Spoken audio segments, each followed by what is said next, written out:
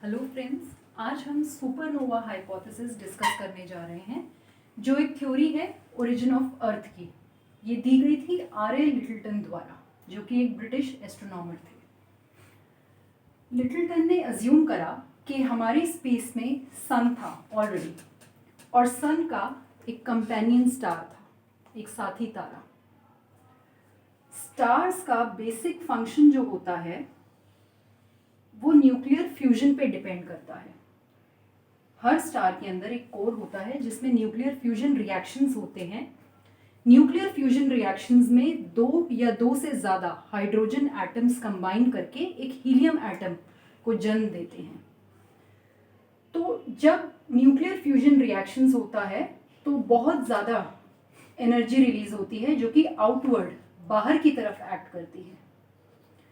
जब ये एनर्जी बाहर की तरफ एक्ट करती है तो ये स्टार की लेयर्स को आउटवर्ड पुश करती है, जिसकी वजह से स्टार एक्सपैंड होता रहता है, वो साइज में बड़ा होता रहता है और धीरे धीरे करके वो एक रेड जाइंट बनता है। लेकिन जब हाइड्रोजन एज अ फ्यूल उसकी मात्रा कम होती है, उसके बाद जो फोर्स ऑफ ग्रेविटी स्टार की इनवर्ड्स एक्ट कर रही है, वो force of gravity outward force को ओवरकम करती है। और जब फोर्स ऑफ ग्रेविटी ज़्यादा हो जाती है हाइड्रोजन कम होने की वजह से, तो स्टार कोलैप्स होना शुरू कर देता है अपने ही वेट के अंडर, वो छोटा होना शुरू कर देता है।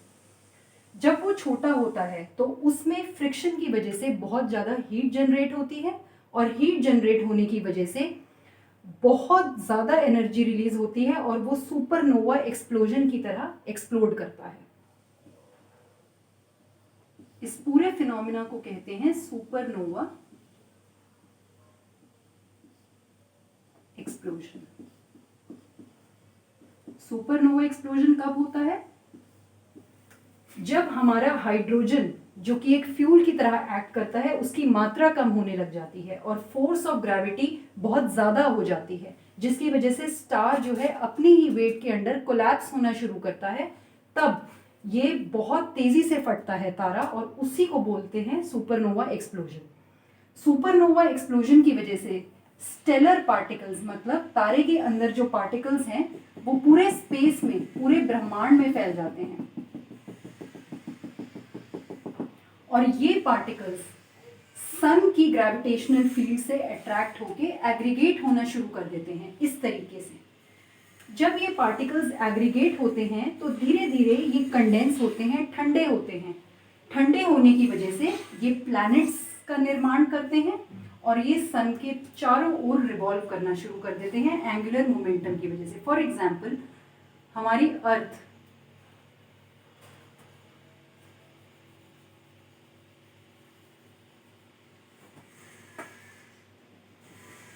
जब ये पूरे पार्टिकल्स कंडेंस हो गए और इनका निर्माण प्लैनेट्स की तरह हो गया, तो अर्थ जो है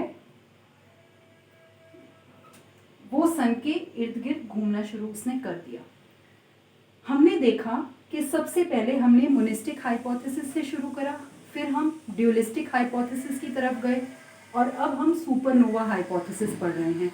तो आप देख ही रहे होंगे कि जो ड्यूलिस्टिक और मोनिस्टिक हाइपोथेसिस के क्रिटिसिज्म थे कि सन से ही मैटर निकला, सन से ही हमारे प्लैनेट्स बने, और सन और प्लैनेट्स की कॉम्पोजिशन क्यों फिर इतनी अलग अलग है, एंगुलर मोमेंटम क्यों सन का और प्लैनेट्स का इतना अलग है अगर हमारे प्लैनेट सन से ही निकले।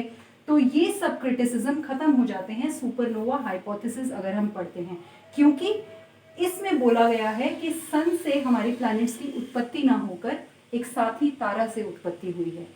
इसी वजह से प्लैनेट्स का कॉम्पोजिशन ना तो सन के सिमिलर है और ना ही उनका एंगुलर मोमेंटम सन के तरह है। इसके बाद हम पढ़ेंगे बिग बैंग थ्योरी, जो कि लेटेस्ट थ्योरी है, अगले वीडियो में। Thank you.